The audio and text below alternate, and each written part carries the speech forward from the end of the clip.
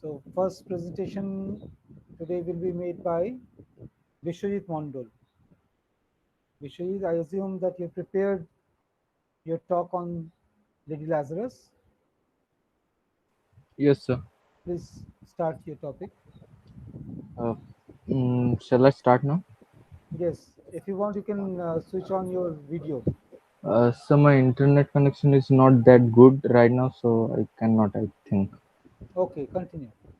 Um, I had the topic of the symbols from the symbols from the Nazi concentration camp.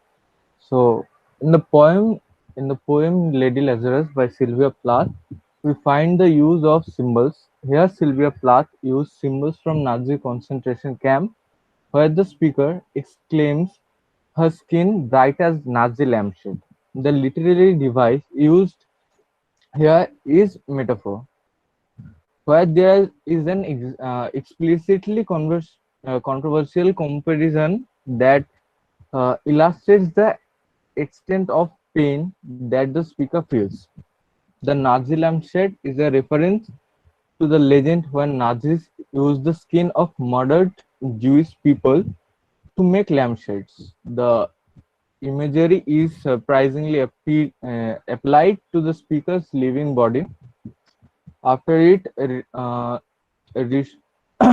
sorry, after it resorted. The speaker described her experience of living as kind of a torture, almost as a kind of death. When she is brought back to life, her skin is like the death skin of someone killed in the Holocaust. It is the skin of a dead woman forced back onto her living self. Thus, the speaker demonstrates how living for her is what death feels like for most of the people. Um, Most often, the speaker's operation takes the form of objectification.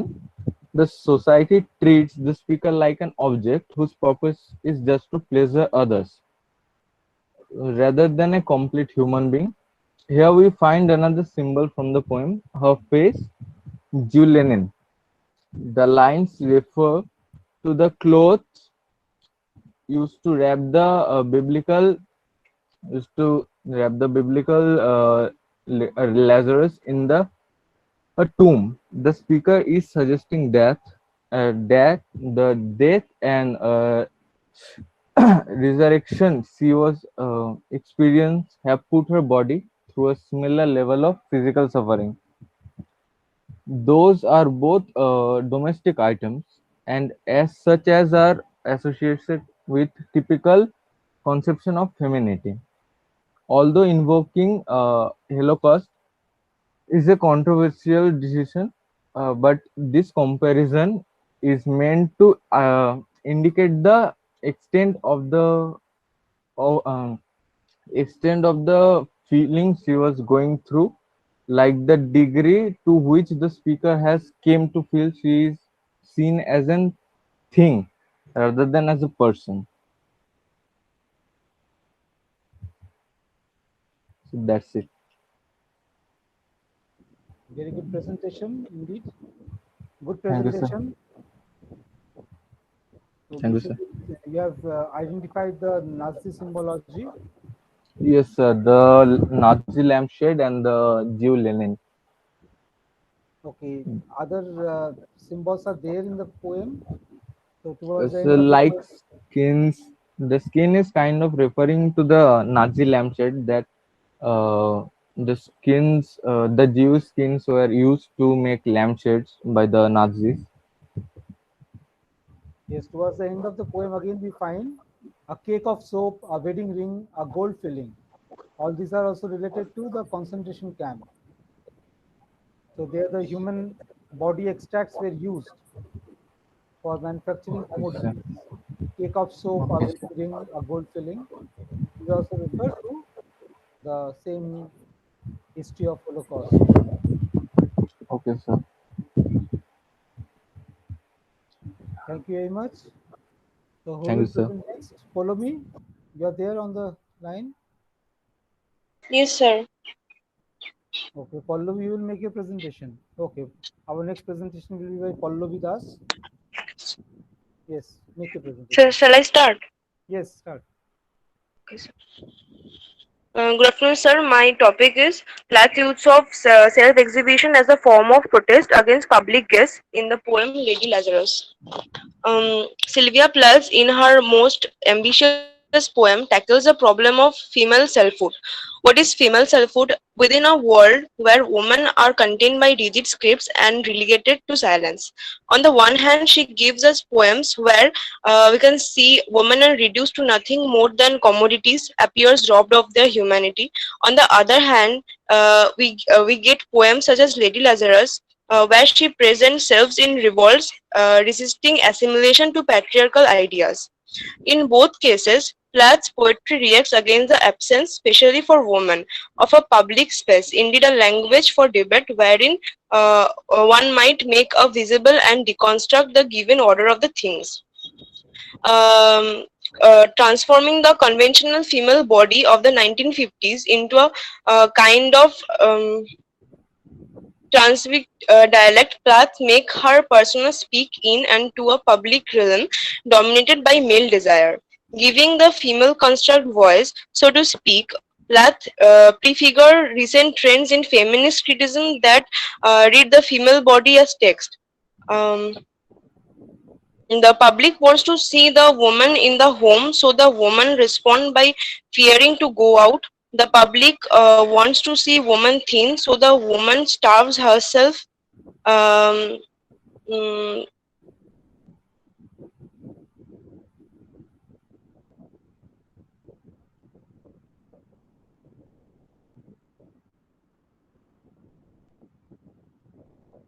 So most probably the line has disconnected. So what she was saying that women as an object of male gaze. How Sylvia Plath presents the central character of the poem, the speaker Lady Lazarus, at the center of this male gaze. The entire poem is like an advertorial where the object of advertisement is Lady Lazarus. The entire poem contains several references to this show of the object on the shelf. The Sorry, object. sir, I pressed the back option and the Yeah, line yeah, continue, went off. continue, continue. Yes, you continue. You're audible now. Okay, sir. Um, then the woman's body may be viewed as a surface on which conventional construction of femininity are exposed starkly to view through their inscription in extreme of hyperliteral form. They are written, of course, in language of horrible suffering. It is as though these bodies are speaking to us of the pathology and violence that lurk just around the corner, waiting at the horizon of normal femininity.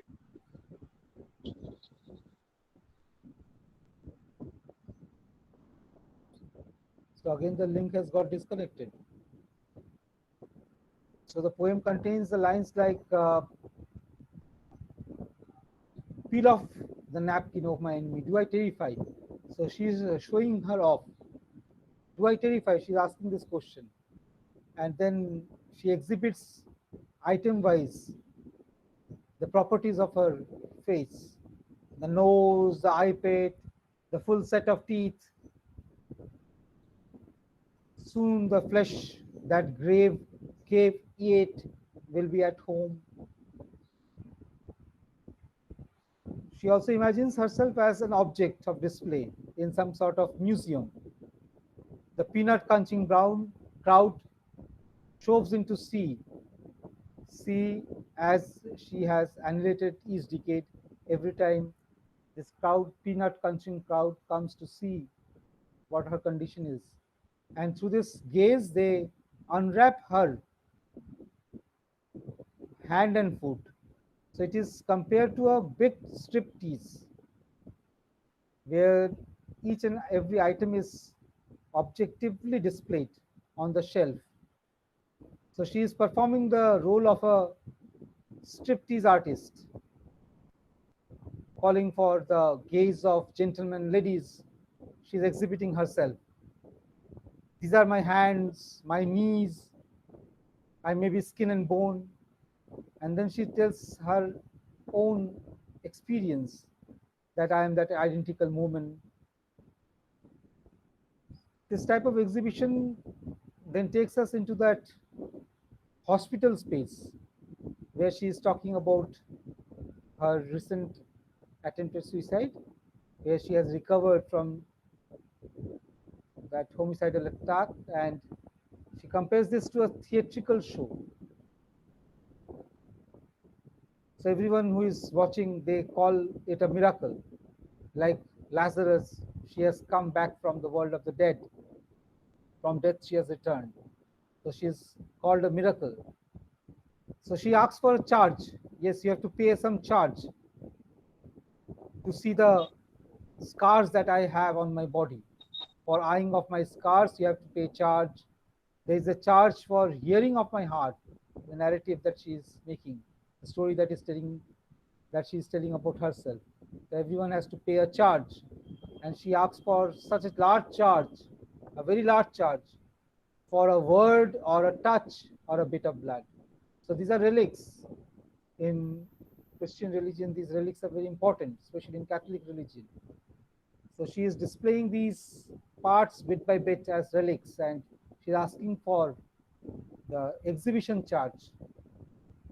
Then finally she offers herself on the table, dressing table or hospital bed. She calls herself as, I am an opus, I am your valuable, the pure old lady, gold baby. And final act of this gaze turns into some nightmarish experience when she is asking the audience, poke and stir, see what is there. Ash, you won't get anything here. So flesh bone, there is nothing there. And finally she reminds us of those kinds of concentration camp where the victim's body were exhumed and then used to make cake of soap. Even the wedding ring that the Jew had after cremation was taken out, the gold filling in the teeth taken out. Every part item of the body was used. So this is the kind of exhibition. Laura Mulvey, a scholar working in the field of feminist studies, especially film studies, says that scopophilia is the main device. The scopophilia, the word was coined by Sigmund Freud and was related to the act of seeing, looking, gazing. So this scopophilia in literature, according to Laura Mulvey, in films, according to Laura Mulvey, always gives more importance to what the male desires to see. So it is giving priority to the male gaze. Gaze refers to the act of looking at something. So you are gazing at something, you are understanding, you are seeing, you are glancing, you are viewing. So that gaze is given importance in Laura Mulvey. Laura Mulvey says that this is a patriarchal gaze, where the woman as a subject, as a human being, is transformed into an object of male gaze. Sylvia Plath is using this feminist concern in her poem, where she is comparing herself to an objectified human being kept on the shelf of exhibition that gives priority to a male gaze. So the act of striptease is related to this act of minutely scanning, seeing, watching, gazing at the female. Especially here, the context is related to her returning back from the world of the dead. So this returning back is tedious for her. Returning back is painful for her, more painful because of this gaze at her. People are all too much inquisitive about her. And this inquisitiveness of the society is causing much damage to herself. She thinks herself as an independent woman, but rather she's turned into an identical woman, woman like others, other women. common woman, every woman. And therefore, she is passing through this trauma of being looked at, being gazed at. This trauma is definitely very painful for her. So Pallavi, the connection is not yet there. So we have our next presentation by Polomi Chakraborty. Polomi, you are on the line. So please join. Yeah, make your presentation. Yes, sir. We Yes, are sir. able to hear you. Yes, start making your presentation.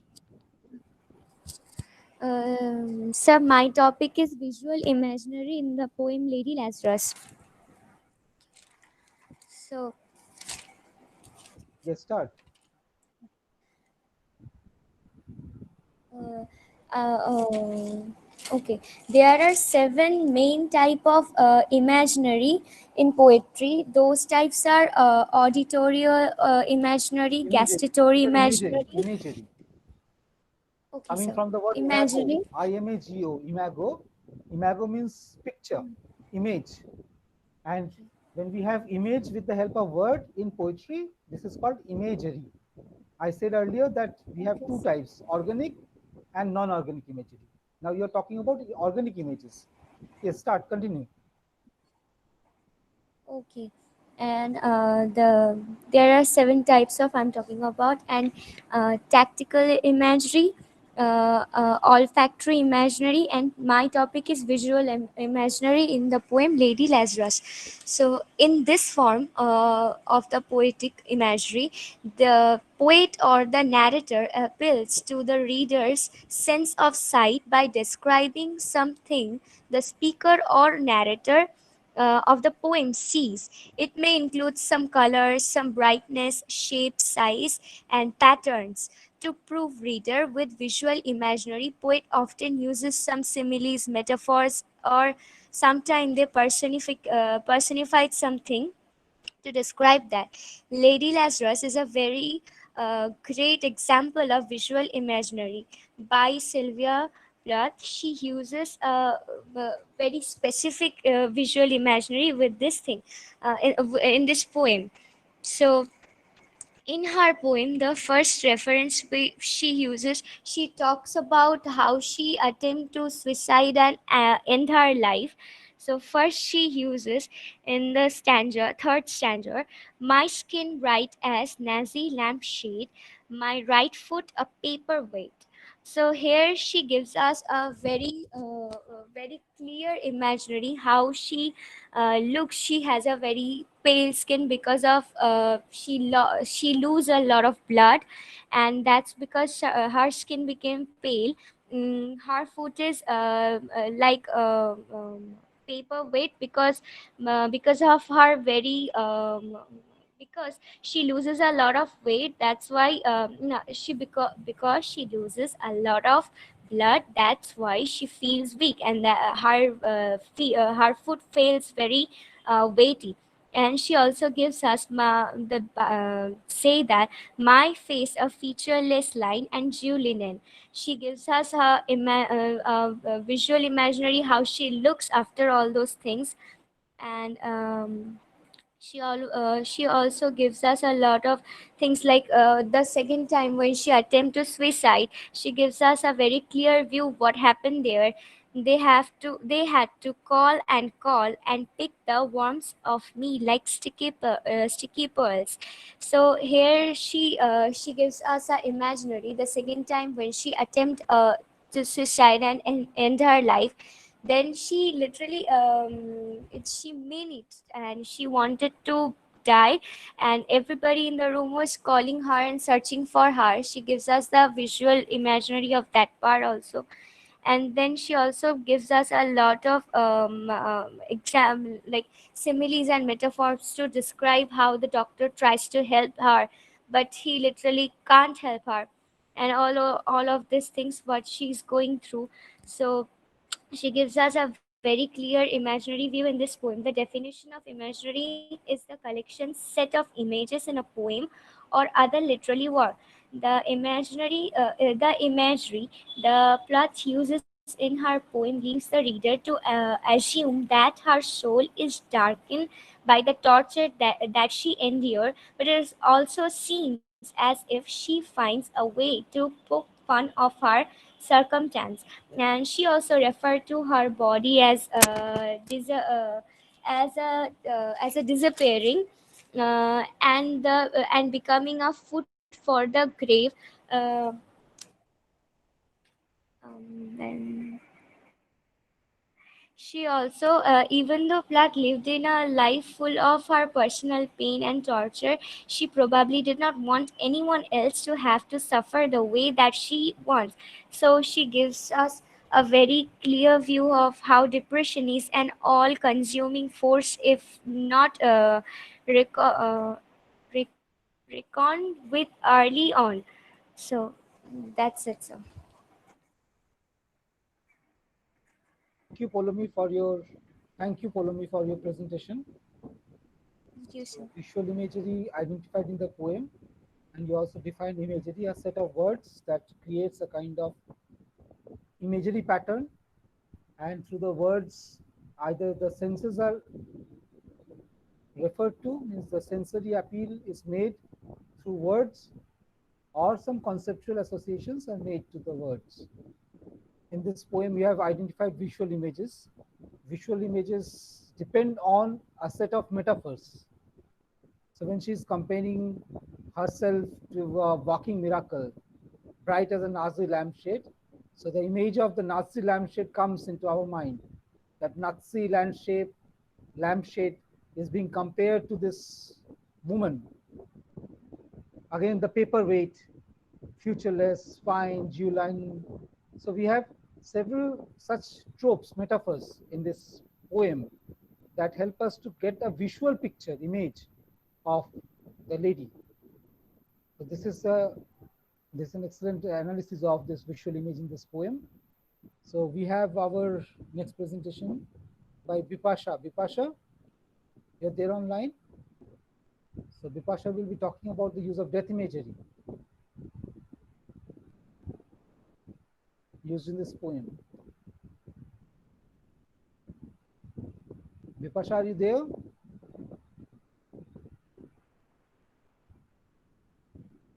So imagery of death in Sylvia Plath's Lady Lazarus. When Sir, we you're not at all audible, sir, and I have given my speech the last day, sir. Okay, can you just tell us about this again? Because we are talking about imagery. Visual imagery has been presented by Polomni. So I am asking you whether visual imagery is also Sir, can you repeat the question, please? I cannot hear you. the same question, the death imagery. I said that imagery can be classified into two types. One is called the organic imagery related to our sense organs. There are Yes, 6 sir. types of organic images. And other than organic images, there are inorganic images that are related to objects and concepts. So death Yes, is sir. one such concept. So how is this concept of death as an imagery presented in the poem? Please say a few lines on that. Concept.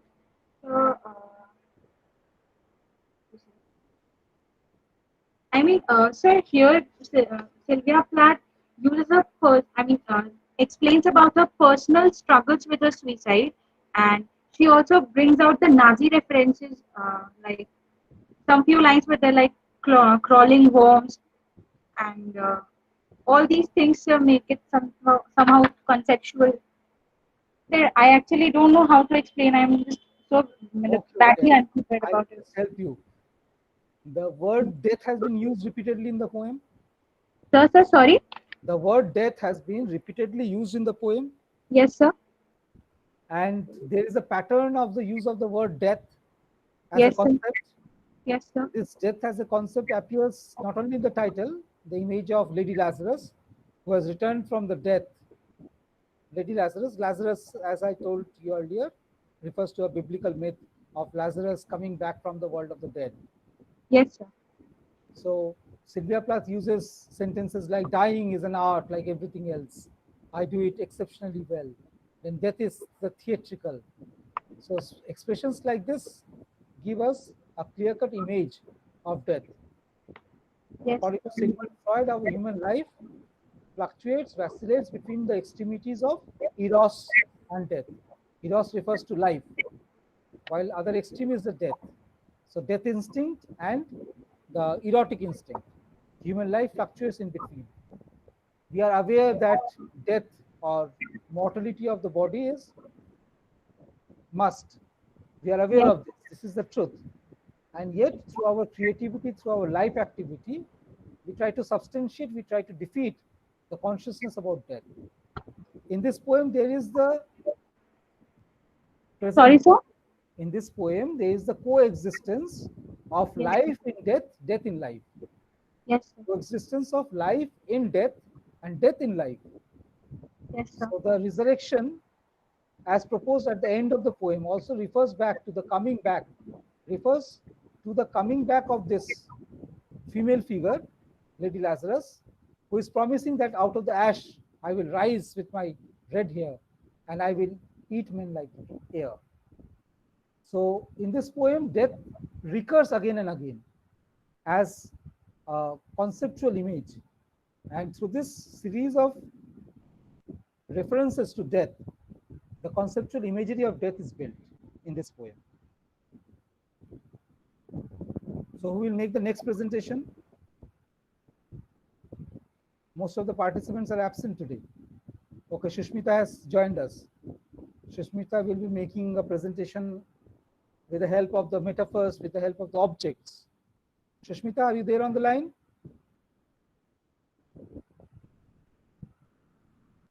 Yes, sir. Yeah. Please switch on your video also so that we can see the objects that you have prepared. Sir, actually, I failed to make the equipments, so I use my I mean the things which were already at my home. I have a study lamp, so I used it as a lampshade. Can I use it? Yes, yes, use that. We want to see how you are trying to understand this poem with the help of objects. We are trying to analyze the Yes, sir. metaphors in the poem. So we will try to see whether poetry is possible through this method or not. No, sir. My task was to dramatize this poem as a dramatic monologue, I understand with the help of not props. the themes and metaphors. Yeah, that is Yes, what I'm sir. saying. With the help of the props means the objects. Objects are metaphors. What are metaphors? Metaphors means A is compared to B. Okay, my face is compared to say the moon. This becomes a metaphor. If the love is compared to rose, my love is like a red rose. Again, we have a trope, a metaphor. Here also we have a series of metaphors. Objects are used to describe the person. So now dramatize this, and we want to see the dramatization. So please switch the video mode so that we can see the dramatization of this poem. Make your presentation, yes. Okay, sir. Just give me a minute.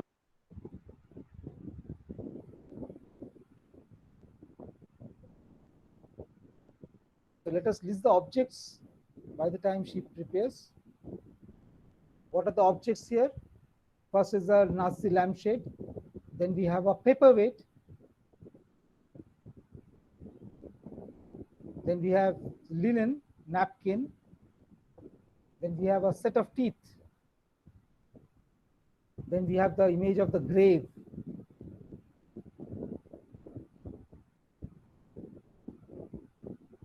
Then entire striptease is taking place with the help of exhibition of the body. Then there is the seashell. Seashell is again an object used. And inside the seashell, we find sticky pearls. So she is comparing her body as a seashell. The pills that she has consumed that are taken off her body compared to the sticky pearls. These sticky pearls are the painful memories of the past that are being extricated from her body. So again, we have an object. Series of objects. Then there is the cell, the image of a prison house. There is this image of the stage, the dramatization of the self. She is saying that it is the theatrical. So death, committing suicide is the theatrical. Then there are the references to miracle, exhibition of the miracle. The relics are there on the stage. And after poking and studying, so flesh and bone, these are displayed as object. And finally, there are three objects: a cake of soap. The cake of soap was usually built by the extracted fat from the body of the exterminated Jews in the concentration camp. So cake of soap. The wedding ring, again exhumed from the body. Gold filling, again an object. So these are all there to describe her present condition. So every part of a body, even after death, every part that is associated to the body has been used.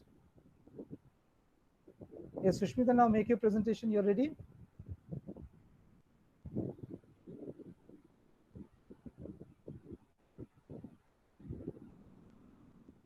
Yes, sir.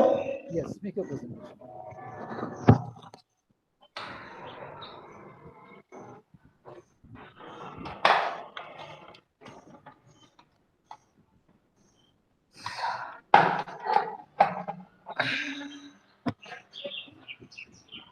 Sir, can you see me? Yes, we can see. Just put your mobile phone in the right orientation.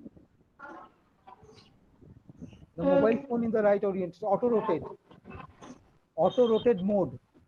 Keep your mobile phone in the auto rotate mode. Okay, okay. Yeah, yeah. Okay, okay.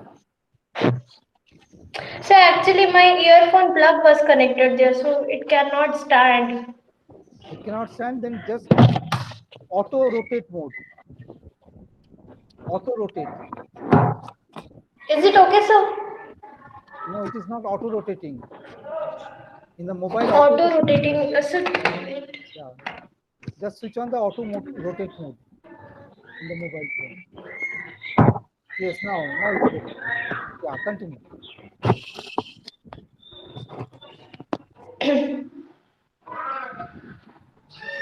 I have done it again. 1 year in every 10.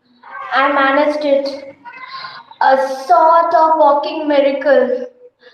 My skin burnt as a Nazi lampshade. My right foot a paperweight. My face a featureless, a fine Jew linen. Peel off the napkin. Oh, my enemy, do I terrify? The nose, the eye pits, the full set of teeth, the sore breath will vanish in a day. Soon the flesh, the grave cave, it will be at home on me. And I am a smiling woman. The grave cave, I am only 30. And like the cat, I have 9 times to die. This is number 3. And I'm what a trash to annihilate its decade. What a million filaments a peanut crunching crowd shoves into sea. Then unwrap my hands and my foot. The big strip tease, gentlemen, ladies. These are my hands, my knees, and I may be a skin and a bone. Nevertheless, I am the same identical woman. The first time it happened, it was 10. It was an accident. The second time it happened, I need to last it out. And no comeback at all. I rocked shut. As a seashell, there to call and pick the worms off like sticky pearls. Dying is an art. Like everything else, I do it exceptionally well. I do it so it feels like hell. I do it so it feels real. I guess you could say I have a call. It's easy enough to do it in a cell. It's easy enough to do it and stay put. It's theatrical. Come back in a broad day to the same place, the same face, the same brute, amused shout, a miracle that knocks me out. There is a charge for the eyeing of my scars, for the hearing of my heart. It really goes. And there is a charge, a very large charge, for a word or a touch or a bit of blood or a piece of my hair or my clothes. So, here, doctor. So, here, enemy. And your opus and your valuable, a pure gold baby that melts to a shriek. I turn and burn. I'm sorry, sir. Do not think I underestimate your great concern. Ash, Ash, you poke and skewer. Flesh, no bone there. There is nothing there. A cake of soap, a wedding ring, a gold filling. Hair God, hair Lucifer, beware, beware. Out of the ash I rise with red hair and eat men like air. So this was a dramatic monologue I present. If I am not wrong, that Lady Lazarus, this poem was published in 1965, maybe, and after 2 years, she got dead by committing suicide, and after after her death, this poem was got so many get famous and get popular as well as I have read. So thank you, sir, and thank you, everyone. Thank you for your excellent presentation. Dramatization of the poem Lady Lazarus. Sir, this was just she read it, so I don't know how to present as a drama, but I tried to do it well.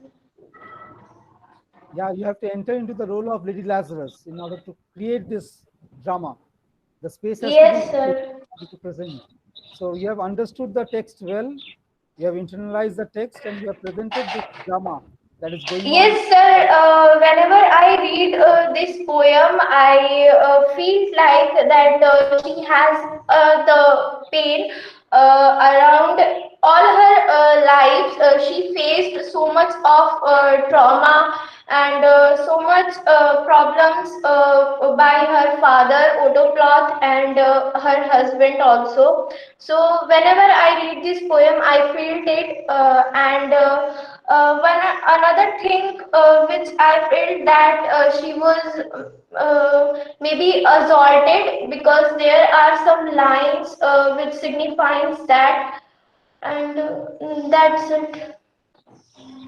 Yeah, this is one way of reading the poem as a biography, as an autobiography of Sylvia Plath, where you regard this entire poem as a confessional one, where she is trying to confess her own painful existence through poetry. But poetry is something more than that. It is not simply the unlocking of the human heart. It is a transformation of pain, of understanding, of experiencing I into a dramatic representation of the poetic narrative. And that is there in this poem. So we are more focused on Lady Lazarus rather than Sylvia Plath, the artist. Sylvia Plath, the artist, has created the interactive image of this persona, the character of this poem, dramatized, all and this comparison between Lazarus and the woman suffering, we have the combination of the personal with the universal, with the personal and the mythic.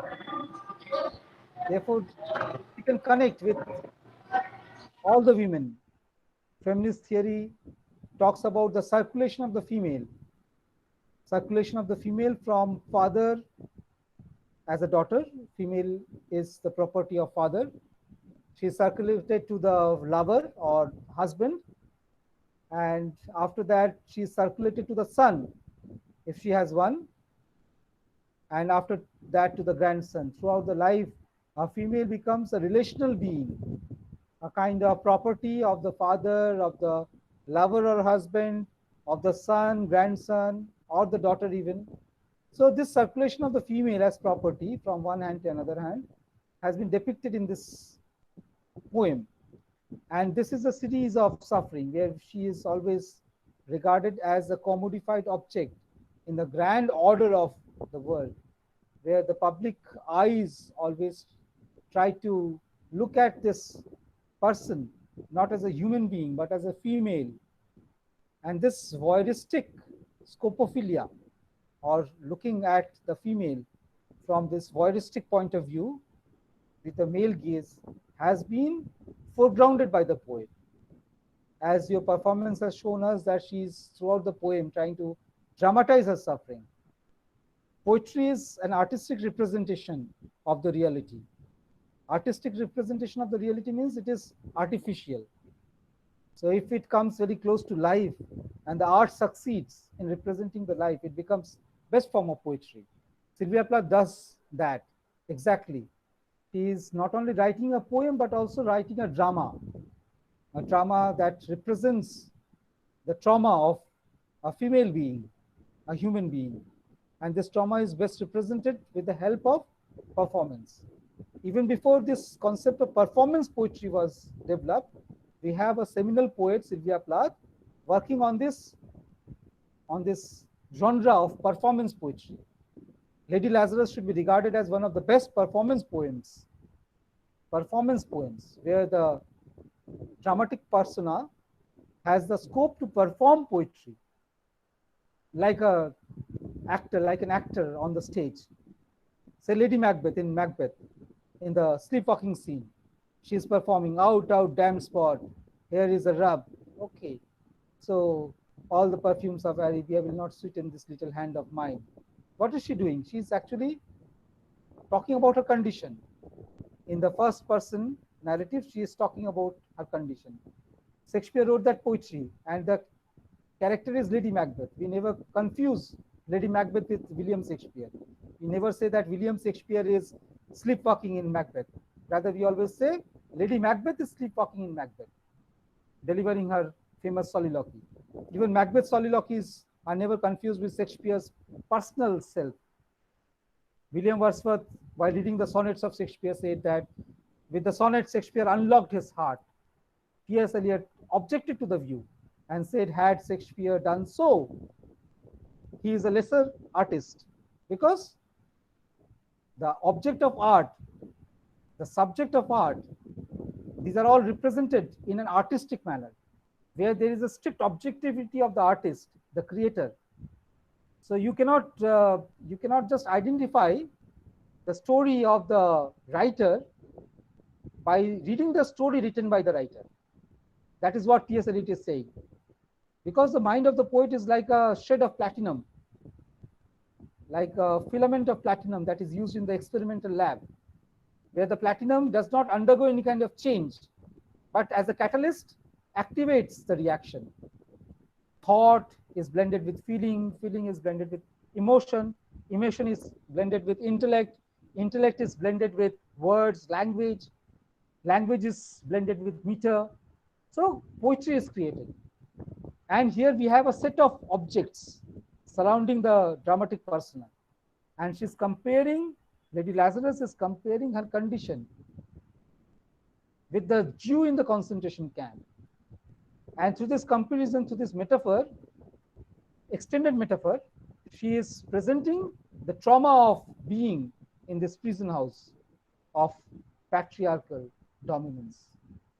So Hitler was a Nazi ruler, dominated and controlled, tortured the Jews.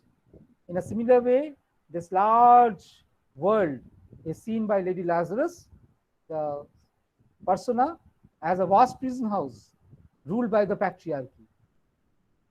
Even in Daddy, we find the same patriarchal world that oppresses the female. And this patriarchal world is very cruel,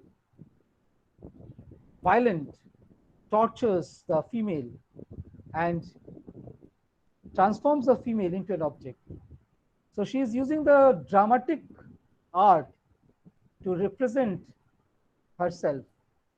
Lady Lazarus is a poetic metaphor of a female trapped in a male dungeon, enslaved by the male, forced to work for the sustenance of the authority of the male, the power and authority of the male, transformed into an object, circulated from father to lover or husband to the future son, and also relegated to the margins.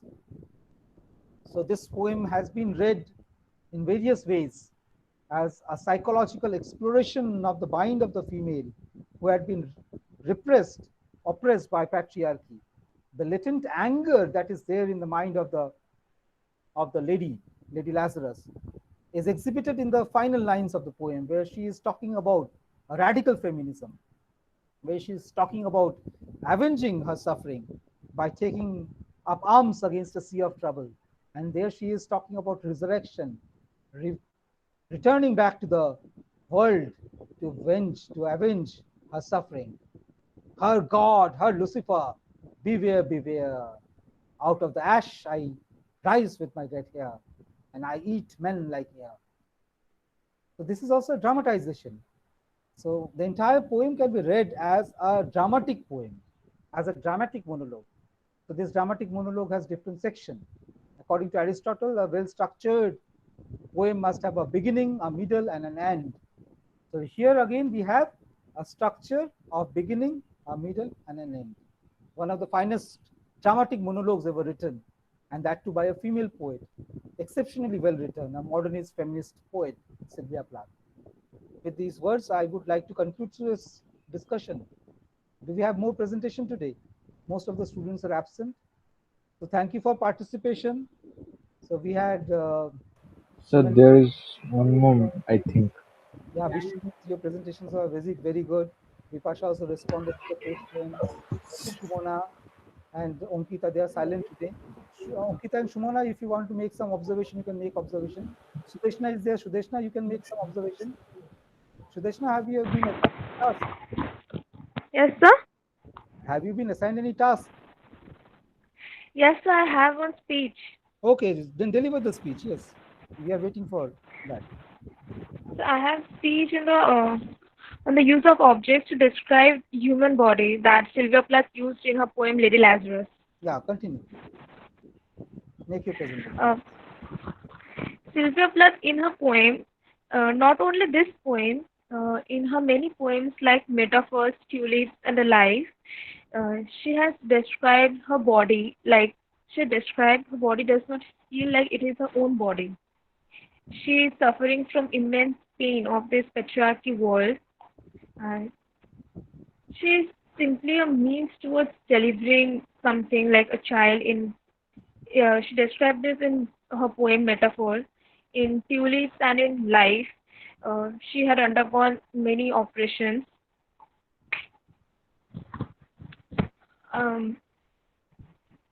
Then, in the beginning of this poem, this Lady Lazarus, she compares her skin with a Nazi lampshade, like which she compares her skin because her skin is so white, like it looks like lampshade that Nazis used to make from the skin of dead Jewish Holocaust victims.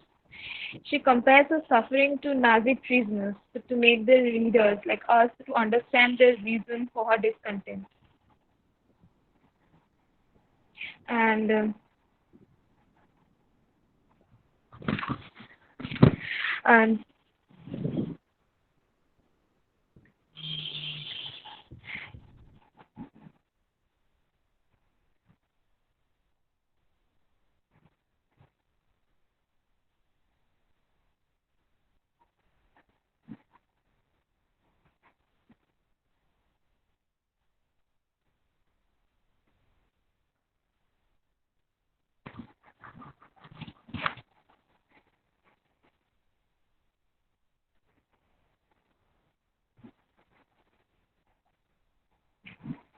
hello, hello.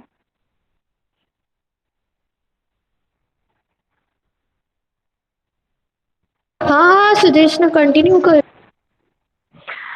Actually, sir, due to some network problem, I can't hear you. That's just thing.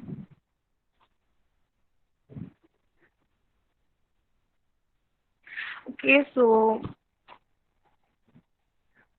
in this poem, there are some tragic details of this of herself only.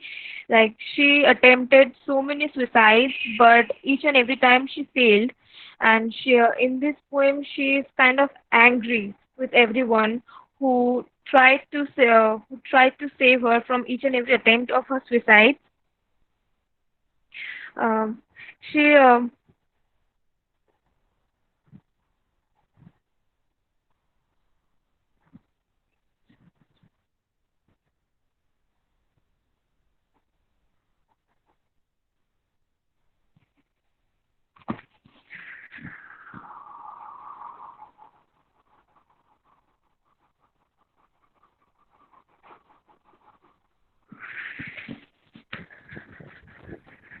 Please continue.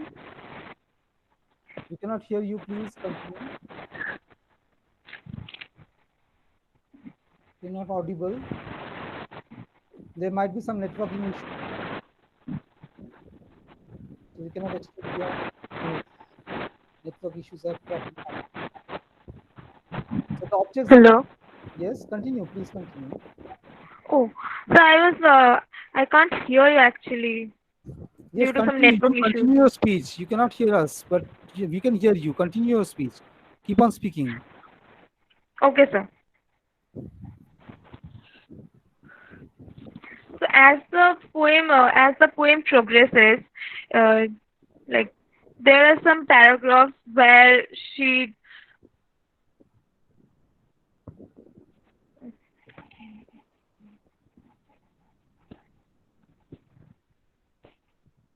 We cannot hear you, Sudeshna.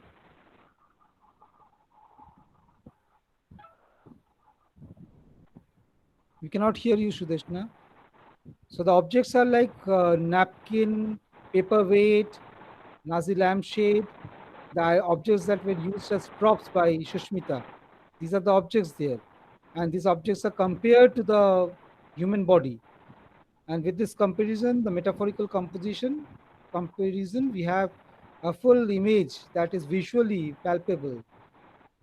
The visual imagery of the poem is so strong that we can see the metaphors that are used in the poem. Even we can have the images that are related to sound. We can hear the sound of peanut crunching crowd shoving into sea.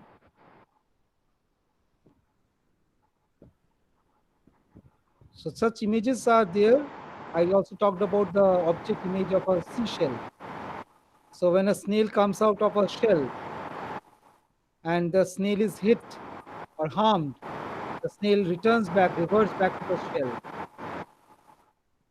And the pearls are usually extracted from a seashell. So she's comparing her body to a seashell. And the entire operation of the surgical procedure to extricate the worms like sticky pearls. So we have such metaphors, the object-based metaphors used in this poem. The stage metaphor is also used when she talks about performance. The ticket show. She's asking for a charge for this theatrical show. Every person who has come to see this theatrical show must pay charges. There is a charge, a very large charge for a word or a touch or a bit of blood. Then we have the final use of objects like a cake of soap, a wedding ring, a gold filling. All are contained or collected from the Nazi concentration camp. These were the human extracts used during the Holocaust. Sudeshna, we cannot hear you. You have something else to say? Yeah, please unmute your mic and say. Sudeshna, can you hear us? So there might be some serious technical issues today. So I conclude. If you have any question, any observation to make, Shumona, if you have got any observation to make about the poem. Sir, in the last line, we can see the poet says that I eat men like air. Sir, is this the feminist aspect of the poem? Yes, yes. I You have pointed can't out understand this line. Yeah, you have pointed out rightly. I said no, towards the end, as this entire cremation has been done, the ash remains. Yes, sir. And from the ash, it's Yes. trying to rise again. So from the phoenix, usually in the Greek mythology, in the Egyptian mythology, we have this phoenix. And from the phoenix, the dead ash, the bird rises again. And here we have this rising of this female figurine with red hair. This red hair is also the red hair of Medusa. Medusa is a Greek monstrous snake-headed goddess, the counterpart of Athena. Goddess Athena is the goddess of justice, and goddess Athena puts on this mask of Medusa. So that is her emblem. And whenever she gets angry, she becomes a Medusa-like figure. Medusa has a head full of snake, red hair, flashing and floating. And she is talking about eating men like here, avenging suffering, because these men have caused much of her suffering. And she promises that one day or the other, like Helen of Troy, like the female sufferers, she will come back again to this world to avenge her sufferings. Definitely, this is radical feminism, militant feminism, with which the poem concludes. So it is also mythological. It's based on the myth, Greek myth of Medusa, based on the Egyptian myth of the rise of the phoenix from the ashes. And it is also related to the biblical myth of Lazarus coming back from the world of the dead. So three resurrections are combined together. First, the returning back of Medusa with her snake head, avenging men. The second is the rise of the phoenix from the ashes, and the return of Lazarus from the land of the dead. And all are returning back to tell the men that they have done much harm. So sir, this poem also a statement on the how the powerful figures dominates the female these powers. Is this? Yeah, how the patriarchal forms of violence, patriarchal forms of exploitation of the female. Okay. Yes. Are done. Yes. And she is protesting against all forms of patriarchal violence, patriarchal oppression, patriarchal dominance. Therefore, she is talking about returning back to the world. Lady Lazarus plans of returning back to the world, avenge and eat men like air. Finish off. Okay, sir. Okay, sir. It's a revolutionary poem, radical revolutionary poem that talks about change. So it is not simply Beti Bachao, Beti Padhao. Rather, Beti again will resurrect and then defeat the strong-armed patriarchy. It is avengeful. Very strong messages. Okay, sir. Yes. beware men, don't torture us. We will return back and then haunt you and then kill you. Eat men like here. Therefore, this is radical feminism, revolutionary Okay. feminism, and a poem of strong protest, poem of revolt. Yes, any other Okay, question? sir. Thank you, sir. Any question, observation? Ankita, any observation or question? Vishwajit? No, sir, it's No, sir. clear. Okay, Shushmita, Sudeshna, Dipasha. Any other question, observation? Thank you very much for the participation. And do you need Thank some you so much, sir. on the poem? Or shall we Thank you, move on? sir. No, sir, no question for today. Okay, okay. Thank you. Thank you very much. So I am signing off. Thank you. Take care. Stay safe. Stay sane. Thank you, sir. Okay. Thank you, sir, and happy Durga Puja. Follow the rules of WHO. Look after your family. Happy Puja, sir. Okay. Enjoy. Yeah. But stay safe. That's all what is needed. At Yes, this sir. time. We will come together again on the real platforms. Thank you. Yes, sir. Thank you. Okay, sir. Thank you, sir.